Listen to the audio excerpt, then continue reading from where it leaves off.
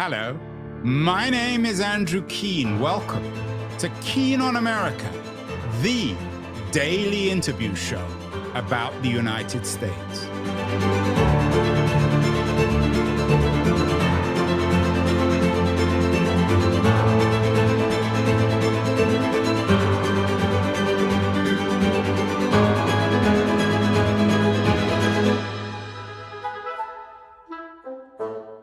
Hello, everybody. It is August the 4th, but this show actually isn't going to go out until August the 11th. Who knows what's going to happen in the week, in the 7 days between now and then.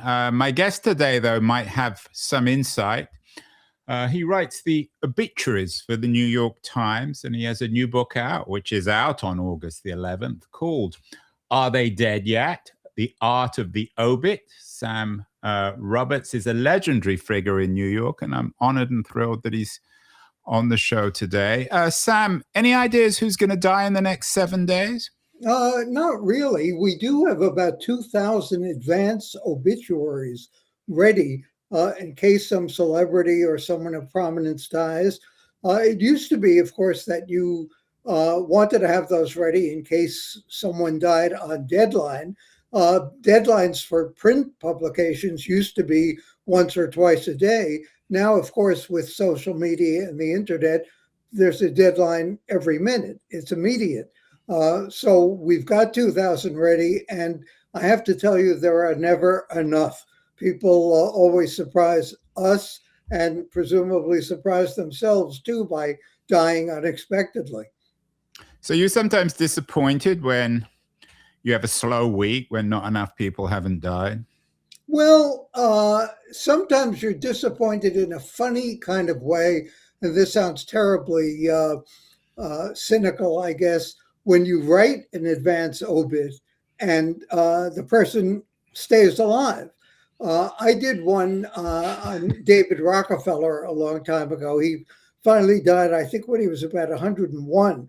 And if someone who worked for him, who was a mutual friend, called me up and said, I just want to warn you about something. And I said, what is that? You're going to tell me Mr. Rockefeller is a good friend of the publisher or something? He said, no, nothing like that. I just want to let you know 3 other New York Times reporters have written advance obituaries of David Rockefeller, and they're all dead. So you do have some sort of expectation when you write an advance obit that eventually you're going to run, or at least you're going to be alive to see it run.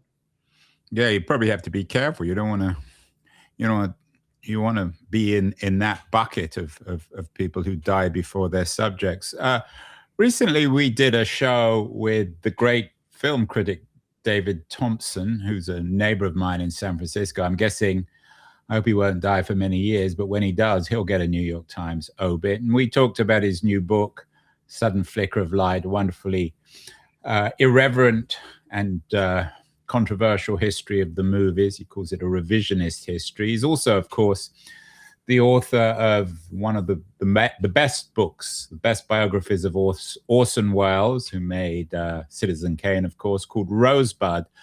It's a roundabout way, Sam, of asking whether the act of death itself is the defining quality of a life. Of course, in Citizen Kane, it's Citizen Kane's remark on death, Rosebud, that defines his life.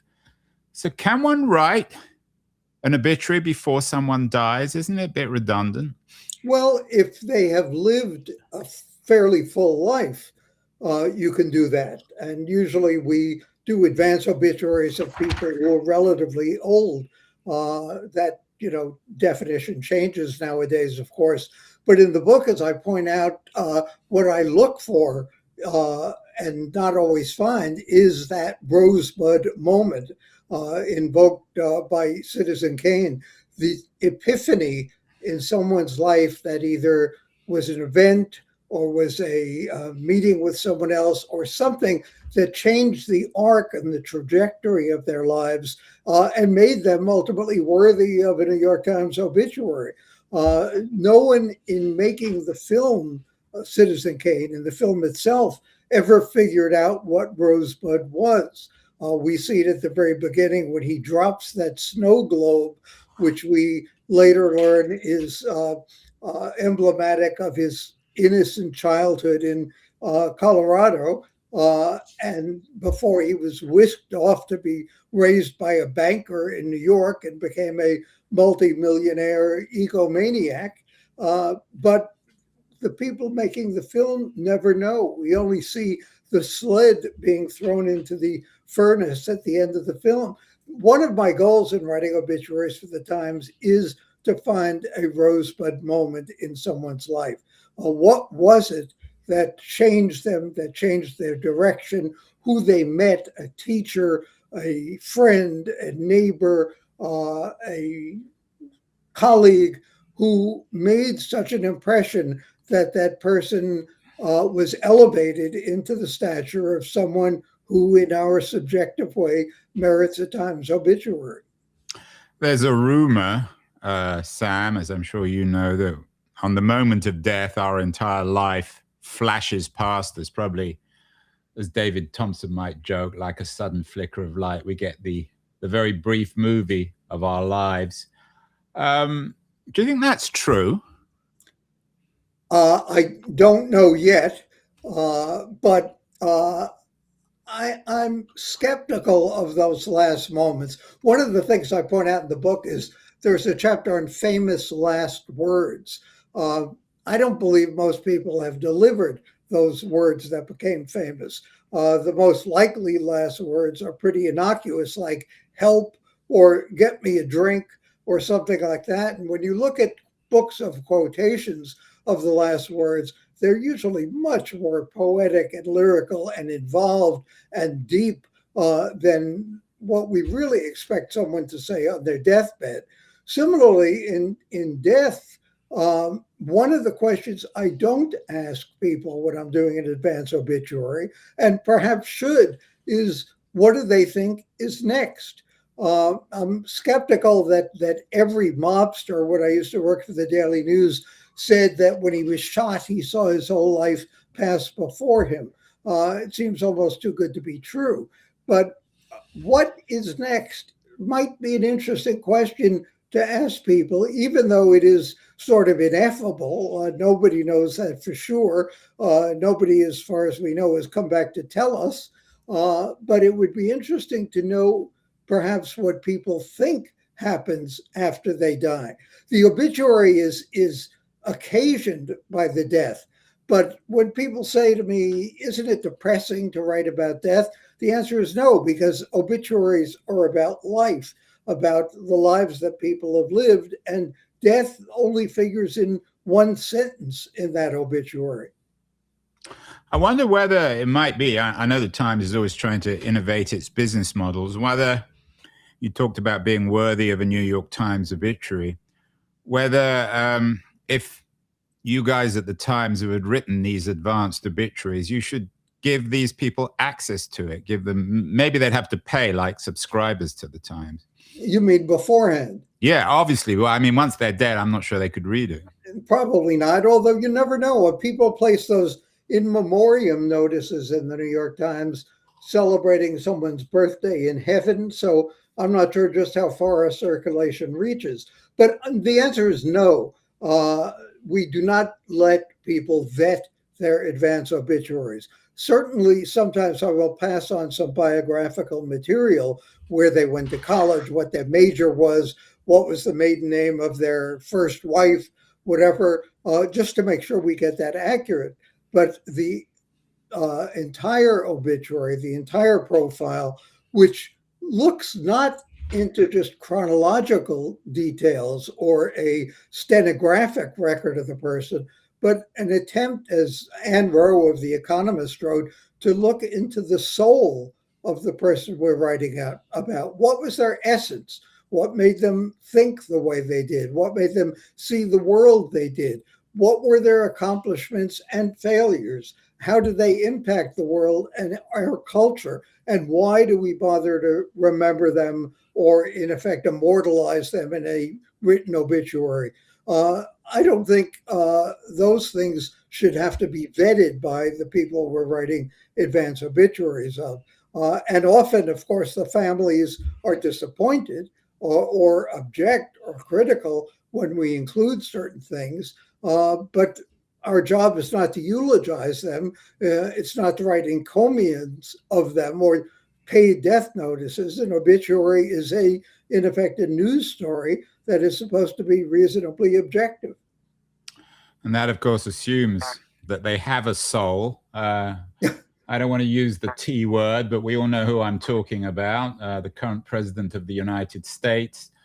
If he saw his obituary in advance, Sam, I'm guessing he would probably sue the Times. I think he's in the business of suing the Times every time they print something he doesn't like. I assume that everyone at the Times wants to write his obituary.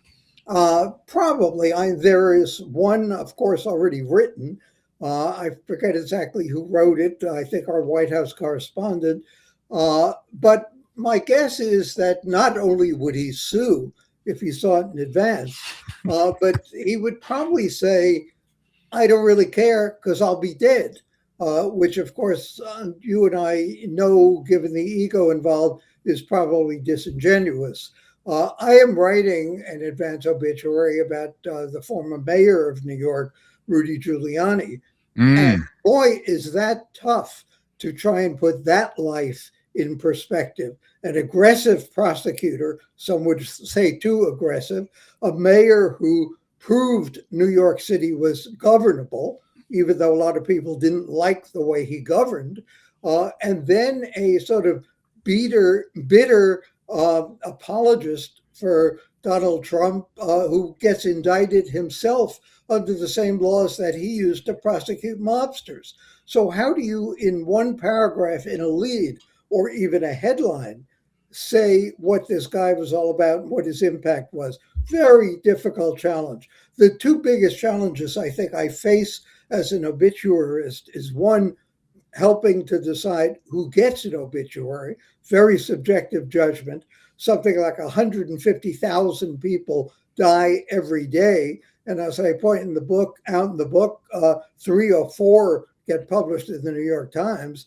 And the second is how to put that life in context of, the misdeeds, the mistakes, the anomalies. Where do you place that trajectory of someone's life when there's so many things involved, so many challenges that and contradictions that might have occurred in the course of their career? Yeah, I mean, to do that Giuliani obituary, Sam, you really need to be Shakespeare. It's a narrative of somebody who had a soul and then sold it. It does. But again, it's not a biography. It is not. I cannot be, as a objective newspaper reporter, that subjective about making a critical judgment on someone. I'll try as best to be objective and place them in context and perspective, but I can't start off like some biographers do with a predisposition saying, I'm going to do an expose of this person, historical or current figure. It's different because these are newspaper articles and they are not editorials. They're not encomiums. And, they require and demand a certain level of objectivity at the same time trying to put the person's life in context. Yeah, but I take your point, and all newspaper guys, especially on the New York Times, claim to be objective, but we know they're not. I mean, well, you would choose, but when it comes to Giuliani, and I don't mean this critically. If anything, I think it's about the art rather than maybe the science of the obit. I mean, what's interesting is what you would not include in the narrative of his life, isn't it? There's almost nothing that I have not included that people would say, how come you left that out?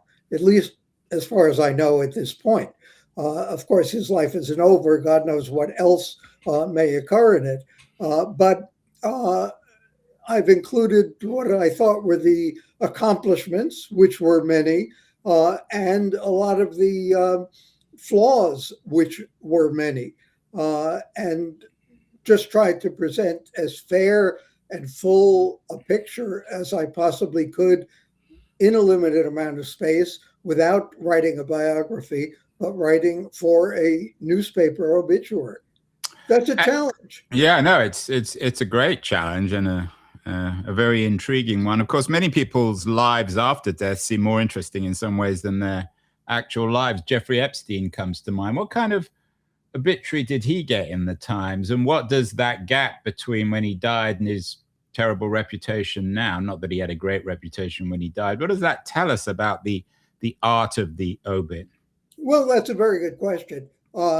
Obviously, his reputation would have gotten even worse than it was when he died. He was a controversial figure, to say the least, at the time of his death. The fact, or at least the appearance of his death by suicide, made it, of course, even more dramatic. But context changes sometimes. When you look at George H.W. Bush, when he was defeated for reelection, the guy was a loser. But when he died, he was considered something of an elder statesman. So these perspectives do change, and you have to take that into account.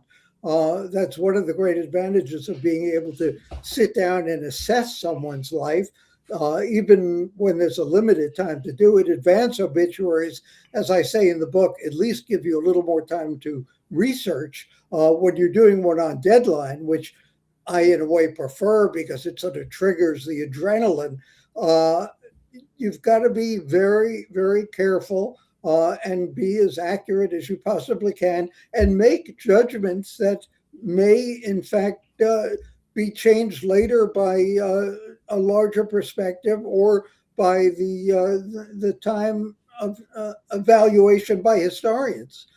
So, you know, you're right. It is different, and that can change over time. One of your blurbers, Roz Chase, who's an American cartoonist, suggested, having loved the book, she wrote, "I almost died laughing," which was lucky she didn't die because then she wouldn't have finished it. It's a hilarious book, and also, Sam, as you know, a very personal one. You begin with a story not of Rosebud, but of your first memory of death, of the public execution of Julius and Ethel Rosenberg. Tell me about them, your memories of that very public death, and how it shaped your sense of death and maybe even made you into one of the great obit writers. Well, Andrew, I come from a family growing up in Brooklyn where uh, the most common reaction to death was denial. Perhaps the best example of that is around 6 months after my father died, his sister, my aunt, was asked by a neighbor, "Hey, how is Arthur doing?" To which she could only reply, "So so." This was 6 months after his death. Uh, the Rosenberg, Which is fair, isn't it? So so. well, I guess, that's one way of putting it. It's certainly putting the best gloss on it, I would imagine. I think I would have answered a little bit more directly, but she could not bring herself in the nature, the culture of our family to even discuss death, much less to admit it that it had occurred. Uh, but the Rosenberg case is very interesting. I was about 6 years old, and the Rosenberg funeral was going by our block in Brooklyn. And my father took me to the corner of our block to see it go by. And what the family thought about the case, I was never quite sure. Were they guilty as spies, atomic spies? Were they not guilty? But what he said was, "I want you to see history as it's happening." The same way he did a year or two later when we sat down in front of our little television black and white set and watched the Army McCarthy hearings. But what was so interesting about the Rosenberg case was right after I came to the Times, a new book came out about the case. And I was asked to write, if there was any news in the book, to write a news story, not just book reviews. And I ultimately wrote a book myself called The Brother, in which Ethel Rosenberg's brother admitted to me, after years of trying to get interviews with him, that he lied about the single most incriminating bit of evidence that sent his sister to the electric chair. That doesn't necessarily mean she was innocent, but I believe that in a court of law, in a fair trial, if he had told the truth, she would not have been convicted of conspiracy to commit espionage, much less have been executed in the electric chair at Sing Sing. So it wound up in an odd way, coming full circle and having an impact on my life and having an impact on my view of death. Uh, I again, people say, "Isn't writing about death depressing?" My response is that what I find depressing is how much the people I write about have accomplished compared to what I have. Yeah, it's a kind of denial, but it's also a fear. I remember there's a great anecdote about Alfred Hitchcock used to tell about himself was when he was badly behaved as a 6 or 7 year old. His father would take him to the police station, and the policeman would play along with the game and put him in a jail cell for a few seconds, which, according to Hitchcock at least, defined his fear of maybe going to prison or guilt throughout his life. Is there a certain guilt, Sam, associated with at least the death of other people? Do we feel guilty about ourselves? Is that why we feel so sad about guilt? It's not sad about guilt, sad about other people's deaths, even if we don't know them. We feel sad because we have a natural tendency to empathize, I think. We think about their lives, the fact that those lives are ended. We think about their accomplishments. We think about the impact of their death on family and friends and colleagues. But there's also a quote at the beginning of the book by William Saroyan that points out that there is some perhaps cynical satisfaction in knowing that we're still alive. Those people are dead, for better or for worse, having lived full lives or not, but at least we get to read about them because we're still here. Yeah, and to read that full quote by Soroyan, do we mock the dead by staying alive, by reading their names in lists, by remembering them in the world, by speculating about those we never knew? Do we perhaps take pleasure from our own survival and even from their sad and joyous failure to do so? Bet your life we do. So do you agree with Soroyan on that? Well, I think it is certainly partially true. I think it's one of the reasons that we read obituaries as much as we do. It's not that we're infatuated with death, but we are interested in people's lives and how they live them. And also, Ross Chast has a cartoon at the very beginning of my book, which shows somebody reading a newspaper, and all the headlines say, died at 95, 20 years older than the person reading it, or died at 23, younger than the reader of the newspaper. So part of the interest in it is, hey, I'm still alive. I outlasted that person. And I think that generates an interest too, which isn't necessarily cynical. It's just the way we are as people. Yeah, there's a sense of bemusement. This week, Franco Baresi, I don't think you probably know him, Sam, very famous Italian footballer, defender, died at the age of 66, which is my age. And he was a remarkable athlete, one of the great athletes of the 20th century. So there's always the bemusement that you could survive, or one could survive, physical specimens who were infinitely superior to I themselves. got called at home, Andrew, one weekend to write an obituary about Bill Richardson, the former governor of New Mexico, ambassador. And I was surprised that we didn't have an advance obituary on him. And I asked the editor, how come we didn't? And the editor said, well, he was only 75. Well, having been 75 at the time, I felt pretty good about that. So our perspective does change over time. You mentioned that people read the obituaries. You would say that, Sam, because you write them. Uh, do people really read them? I went for the purpose of this conversation. I went to the obituary section of the Times. I have to admit I'm a regular Times subscriber. Go to the website many times a day. I mean, of course I do read obituaries when famous people die, but I never go to. This is the first time I've ever actually been to the obituary section. Is this one of the most frequented sections of the Times, online and in physical print? It absolutely is. We now have ways of gauging that because of the internet and digital statistics that can actually say how many people have gone to an obituary, a particular one in the Times on any particular day. But I think that one measure, Andrew, is that I've written a lot of articles about a lot of subjects over half a century as a reporter in New York for the Daily News and the New York Times. No subject gets more feedback on a consistent basis than obituaries. Either people call and email and occasionally write and say, I love them. You really captured that person. You brought that person to life. Or how could you have said that about someone when they're dead? Give them a break.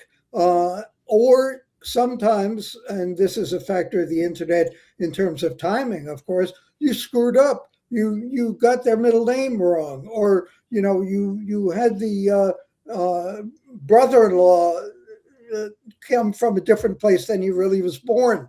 And the advantage of that is, of course, that we can correct it quickly. We are humans. We do make mistakes sometimes, as little as possible, and we do run corrections. But it also means, you constantly have millions of readers looking over your shoulder. And that, in a way, can be a good thing, too. As long as they're reading it, I'm happy. So I have to ask you, Sam. I know it's a dumb question, but it's my show. Do you have a favorite obit that you wrote that somehow captures the art of the obit? That's a very good question. How do you define favorite? The one you liked the most, the one you thought you had the most. Well, you define it. It's up to you to define favorite. Well, I find irony and quirks and that rosebud moment to be fascinating. I mean, someone who runs a cheerleader academy and makes cheerleading a national sport, if you will, almost an Olympic sport. Uh, uh, where do these people come from? What motivates them? How do they become so interesting? Uh, what was the evolution of their lives that made them do what they did? I had an obituary of a woman who climbed virtually every high mountain in the world. And she died in her home in the Rockies, falling down a flight of steps. Uh, Kind of a fascinating irony in that. Mm. It's not amusing by any But means. that's the death rather than the life, really, isn't it? Correct. But the fact was that she was driven as a matter of a career of climbing every high mountain in the world. What was it that drove her to do that? And that's something that in writing an obituary and in writing the book, I start out with as a goal of trying to find out. You don't always find that rosebud moment, but it's something that I always look for.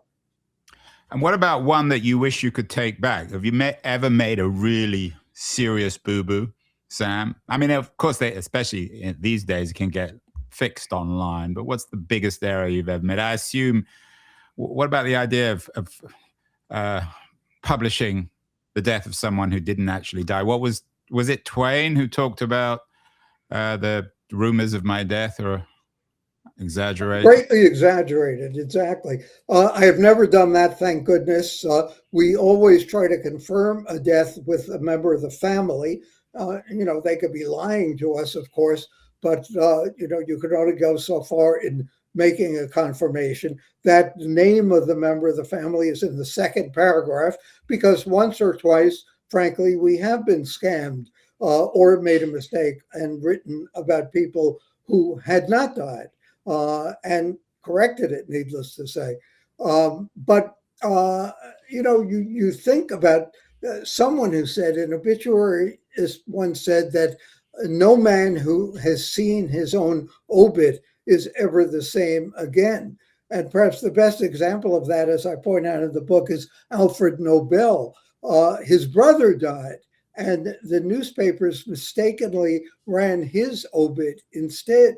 And when he read that he was such a awful figure who had invented dynamite and caused so many deaths and so much violence in the world, he endowed the Nobel Prizes to, Mm. in effect, make up for it. There's an example of how even before you die, if you get a chance to read or think about what people are going to write about you, how you're going to be immortalized, how we as humans are concerned about posterity in a way that other creatures are not, that can make a difference in someone's life. In other words, Nobel had more than one life. He invented gunpowder and invented the Nobel Prizes. I wonder whether, Sam, in terms of the art of the obit, whether you should learn from the movies, from Kurosawa, from his famous movie Rashomon, and always offer, especially when really famous people or really controversial people die, more than one obit. It's an interesting. That's an interesting point. I mean, sometimes we used to review the theater on a daily review, right? Rushing from the opening night to write the review, and then a Sunday review with more reflection. I thought that was a great idea. But I think nowadays people are only entitled to one obituary when they die, and we try to do it the best we can. Is there someone you'd like to have written an obit of who perhaps died before your time? Jesus Christ comes up in your book. Would you have liked to have written his obituary? What I found so fascinating, and I wrote that obituary as the New York Times might have written it at the time of his death. We all know what his impact has been over the past 2,000 years, of course. Yeah, even more than Jeffrey Epstein. Yes, in AD 33, how would we have written the obituary of Jesus Christ? And it was a fascinating exercise to see the conflicting opinions. Was he a messiah? Was he a crank? How did people respond to him? Uh, and I ended by saying, he was buried and his body disappeared because we didn't know, in fact, that much more about him at the time, and certainly would not have known the impact he was going to have on our society globally. But I find that kind of fascinating that, as I mentioned about President Bush, the perspective on people certainly changes over time. And how would we have considered certain historical figures at the time of their death rather than decades or even centuries later? Yeah, and you, of course, in your book, you quote the famous remark by William Faulkner in his Requiem for for a Nun about how the past isn't dead; it's not even past. What is that? As Helen Bennett had a great quote in the History Boys, the play in the book. Yeah. History is one damn thing after another. Well, of course, in some one sense it is, but I'm a kind of informal amateur student of history, and I think it matters a great deal. And people's lives are about history. Thomas Carlyle was an advocate of the great man, the great woman theory of history, but he said, who was greater, Hannibal, who led his elephants over the Alps, or some, poor anonymous figure who invented the spade, who we've never heard of? And you can certainly make an argument for the spade man as well as for Hannibal. What about obituaries of fictional characters, Sam? One of my favorite is George Smiley, the John le Carré invention. Can one write, or should one write, obituaries of fictional characters? Are often, in some ways, more famous than the non-fictional humans. We have written those. Our editor has made a great point of saying these did not originate with the obituary desk. They were more likely to have been imagined and conceived and executed by the culture desk or the book review. But among others, we've had a front page obituary of Hercule Poirot when Oh, Agatha Christie's yeah, publisher my killed daughter him off. loves Poirot. Yes. So, we do because they have had an impact on our lives as well. People knew who Poirot was. They knew what impact he had on society. He was a well known figure.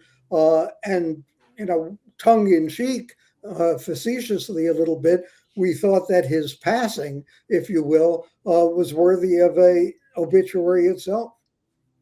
Probably the most famous Belgian. I don't think any Belgians probably ever get obituaries apart from Poirot and maybe Tintin. That's true.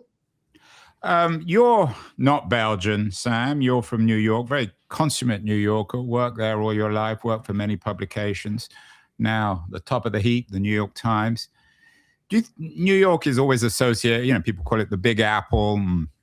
Things are bigger there, or perhaps they used to be, maybe not quite so much these days. The buildings, the sense of itself. Do you think death is viewed differently in New York? Is it bigger to die in New York than other places in America? That's a fascinating question. I think we take more things in stride in New York. Obviously, death can have an enormous impact. The impact of the terror attack on the World Trade Center when 2,000 people were killed had an enormous impact on the city, although the city showed an incredible resilience in bouncing back. But one of the things we learned from that was when the trade towers fell and thousands of people died, we initiated a feature called Portraits of Grief. And we did a profile of virtually every one of those people who had died. And one of the things I learned from that, as I point out in the book, is that there really are no ordinary lives, that everyone has some importance, some impact, without necessarily having been famous. As another obituary writer once said, who would you miss most, your mayor or your mailman? And, these ordinary people, even if we had never heard of them, never heard their names, never knew anything about them, had an impact. And those obituaries about them had an impact on our readers.